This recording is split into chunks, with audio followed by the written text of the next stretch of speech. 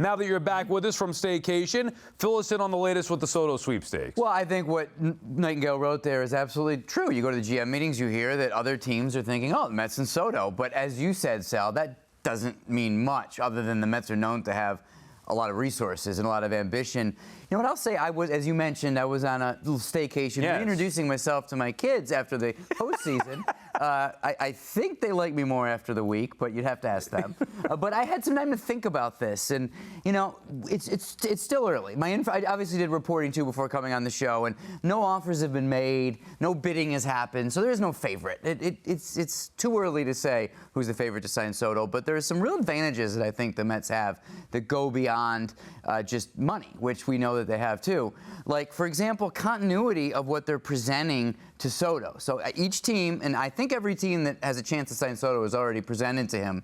You look at the difference between the Yankees and the Mets, and I do believe it's likely that one of those two teams is going to get Soto. The Mets' leadership cycle, specifically I mean Steve Cohen, David Stearns, and Carlos Mendoza are in the beginning, their team, excuse me, are at the beginning of that cycle. They're all pretty fresh on the job. They have job security. They're going to be in these jobs for a long time.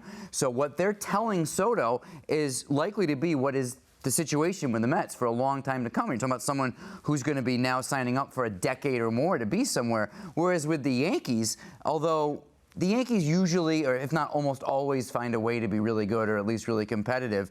Brian Cashman, I've reported this before on the show, and it was in the book that we talked about on the show that I reported.